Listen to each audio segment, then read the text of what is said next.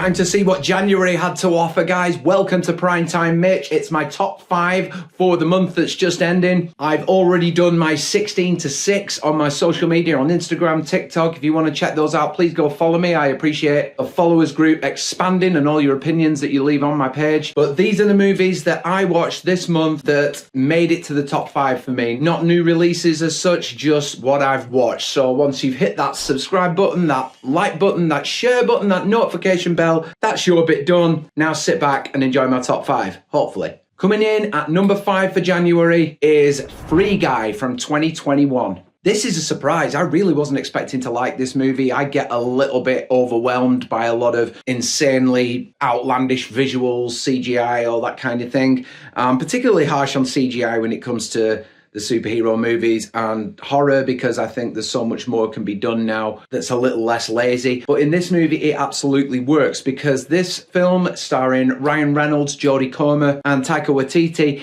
is based around a non-playable character called Guy, who doesn't realise that's exactly what he is, and he's stuck in this video game. That video game is Free City. Now, you think like GTA Online. I mean, I played that quite a bit when I can. I have a lot of fun with it, make some edited videos up of it as well. So I've always been interested in the concept of somebody being stuck inside one of these games, and this actually delivers an interesting take on it, specifically with the fact that they follow the non-playable character. Now, when you make movies like this, I've got a lot of inspiration out there. There's a lot of self-aware movies that are being made nowadays. Ryan Reynolds has certainly been in enough of them, and this is very much a Ryan Reynolds movie. But this has elements of The Truman Show, it has elements of the Lego Movie, The Matrix, Inception, and it also, to me, felt like an episode of Black Mirror. And I don't really watch that as much as many other people do. I've seen a few of them and they're pretty good, and a couple that really passed me by. I'm more of an Inside Number 9 fan myself, but this was very much like some of the stuff I've seen from them. I can get on board this kind of fantastical story, especially when you've got Reynolds in there injecting so much comedy into it.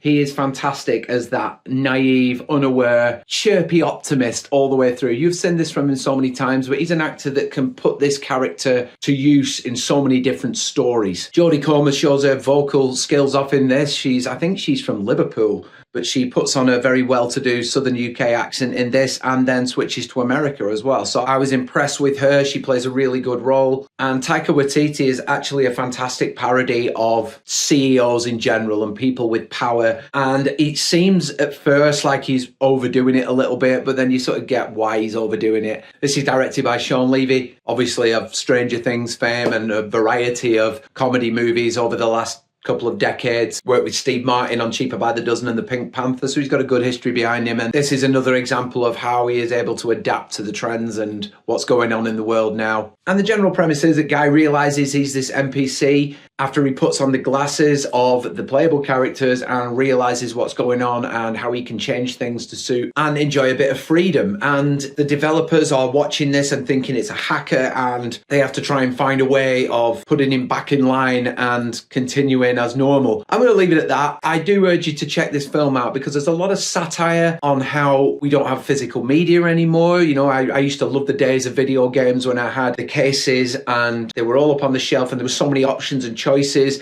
Now I feel like there's barely any choice. Everyone's playing the same thing and sort of the fun has gone out of it a little. And I think they really play on that. Whether it's intentional or not, I don't know. But you will get a laugh out of this film, I think. I think it's nicely done. They don't mess it up in any way, really. It's a little convoluted and crazy. You've got to have your head on to watch it. But if you like Ryan Reynolds and you like his style of comedy, this is absolutely for you. Go watch Free Guy if you get the chance. In at number 4, flying back through the annals of time to 1955, it is East of Eden.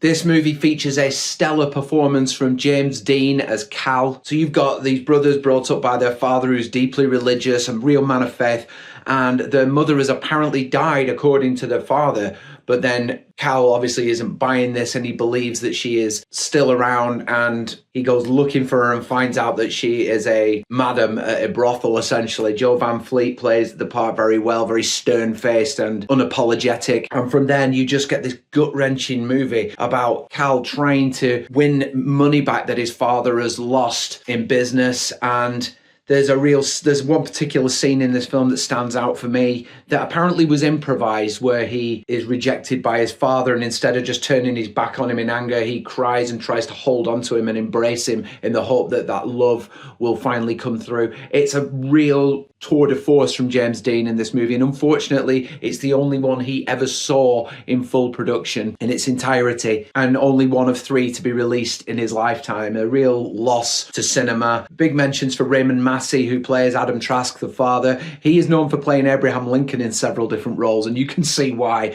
but he is excellent in this, and apparently 𝐒𝐿𝐿 𝐂𝐻𝐿 said that's one of his favourite characters that he ever directed. Burl Ives is in this as a sheriff. He doesn't have a lot of screen time, sadly. He is certainly a favourite of mine from The Big Country. It's nice to see him in a role in this. And I think Richard Davalos does a really good job in this as the brother that toes the line and does his father's bidding all the time, the favourite almost. So if you get a chance to watch East of Eden, it's a real cinematic masterpiece, I think. And obviously Kazan directed the excellent On the Waterfront, and that's enough of a reason, I think, to go see anything else that he does. Please see this if you can. It's an old movie, but there's a lot of classics out there and they deserve time. So number 4, East of Eden. In at number 3, the recently watched Primate. I got an early screening from Paramount. I really thank them for that. Again, I released a spoiler review of this on the channel if you'd like to go see it and find out more in depth about why I enjoyed this movie and what maybe I might have changed. But overall, this was a really fun experience. It did exactly what it was supposed to. We got a real creature horror thriller where they didn't try and weave in anything unnecessary and make it deeper than it needed to be. There's a little message in there, but very, very small. It's all about the fight for survival.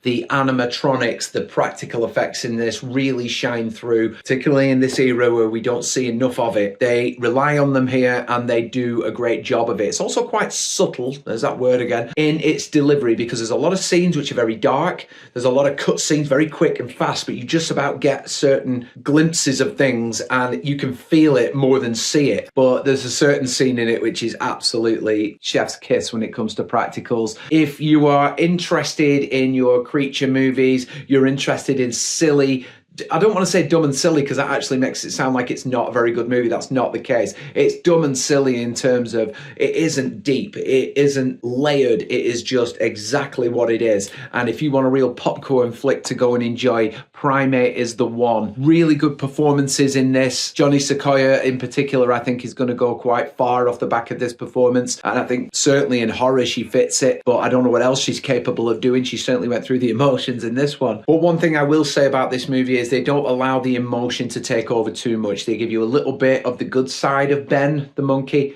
and that's it. You are not following his journey and falling in love with him and then seeing him turn and then in tears by the end of it. They don't want that. They want this to be fun and suspenseful, shocking and entertaining. And I think they deliver all those things in Primate. This is how a creature feature should be done. A horror should be done that doesn't take itself too seriously. And also, just a special mention, there's not a whole lot of stupid decisions in this movie. That's what happens in horrors a lot of the time. It can bring them down as just the infuriating wish that people would just use their brains. But this one, it's all just bad luck. It's bad luck, it's panic causing bad things to happen and situations that aren't ideal. So that is a big plus point for the movie as well. There wasn't a whole lot of negatives, bar I think the pacing drops at a certain point because of the situation that they're in. But other than that, I really enjoyed this movie, and it comes in at number 3 for January. In at number 2 is an old favourite of mine from 1996, a very good year. It is Daylight. This stars Sylvester Stallone and directed by Rob Cohen. This was a movie I feel that suffered from its timing. I did a little short review on this on TikTok and Instagram where I talked about the fact that this movie isn't talked about that much, particularly the opening disaster scene, which I think is an outstanding piece of filmmaking. Unfortunately, this movie was released in amongst Independence Day and Twister, two visually sensational films with effects that were mind-blowing at the time. They still are, I think, for both movies. This one sort of just gets lost in there as one of those films that was made and is very 90s, but nobody really gives it the credence for that opening scene. It is a real spectacle. And the story is basically you get a bunch of joyriding robbers and they are flying through the tunnel under the Hudson River, and they happen to coincide with the travel arrangements of a consignment of toxic waste. And the subsequent crash is fiery, brutal, and large scale, and the movie then goes into a survival for the people trapped inside it. Because they are under the river, they've got to try and fashion a way out of there with all exits and entrances blocked off and various other issues. Sylvester Stallone plays somewhat of a cliche in terms of the cop that is disgraced, that wants to make amends,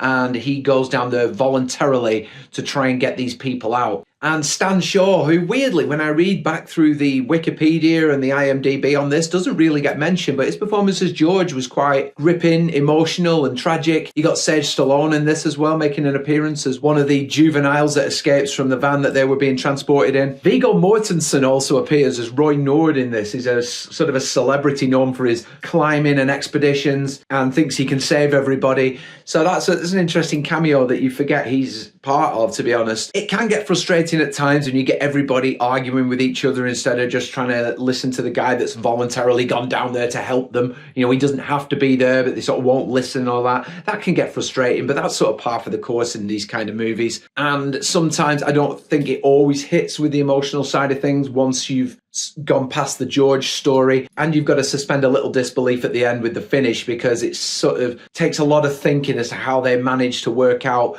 a situation out of this. But other than that, Daylight is a real fun action 90s action movie. Sylvester Stallone is good in this. It could have been Nicolas Cage, but they felt he was more of a character actor. This was more his style. The action and the survival element of it was obviously more marketable if it was Stallone. Unfortunately, it didn't actually make that much in the grand scheme. I think it doubled its money, but really compared to some of the blockbusters of that era, it was probably the flop of all of them. So please go see Daylight if you want to see a disaster survival movie with good effects and you don't want to have to think too hard. I'm coming in at number one. It's going to be a surprise and many of you won't have seen it, but it's 1984 and it's A Private Function. I wanted to watch this movie because of the ridiculous British cast in this. It is a who's who. You have Michael Palin, you've got Maggie Smith, Bill Patterson, Denham Elliott, Richard Griffiths, Liz Smith, Alison Steadman, and my favourite actor of all time, Pete Postlethwaite, in his debut role. It is a bizarre premise where you have a bunch of rich people and they are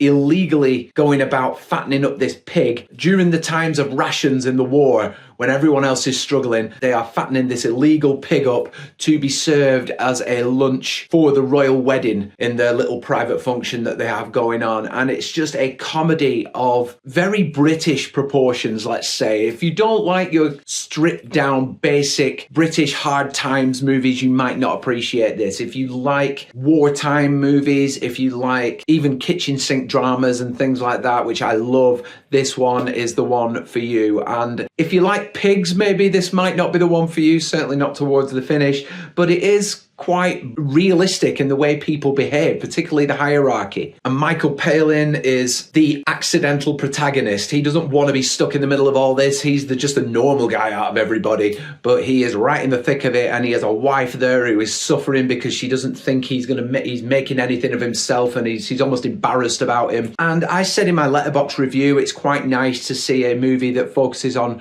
roguish, chancing crime as opposed to drugs and murder that we're so accustomed to now. And there's a lot of charm in there. Not everyone is unlikable. Richard Griffith's character you think is going to be a terrible one at the start, but you sort of realise after a while that he is good-hearted and good-natured and is trying to protect this pig from its inevitable outcome. You've got the pig running in and out of the house and causing problems and shitting everywhere, and that it sounds like it should be a complete farce, but it actually comes together quite well, and some of the dialogue is very witty. If anything, it is wonderful just to see such a collection of true theatre and film actors on screen doing what they do best. They are true thespians in their own right, and just to see them all come together in this comedy is wonderful. And it would have made a great stage play as well, this. I don't know whether it ever was, but this is certainly something that you could take to the theatre and make into a really funny comedy that would have the audiences in stitches. Oh, Gilbert, quick, he's doing his business. So that is my top for January. I'm surprised. I didn't expect it to be. I was curious. I was long overdue watching it and I loved it.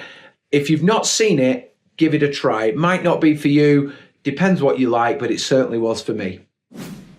Well, that's my top 5 for January, guys. If you agree with any of them and you want to add any comments and any thoughts on what I've said, please drop them in down below. I'm always on hand to reply and discuss those things. But you are all legends for following Primetime Mitch. Thank you for last year. This year's going to be just as good. Can't wait to get a new studio again, so I don't have to do these weird masks. But other than that, it's been a good start to 2026. So please hit that like button, that subscribe button, hit that notification bell so you get immediate access to videos as soon as they are uploaded. Plenty more to come. I will speak to you all later. Take it easy, everybody.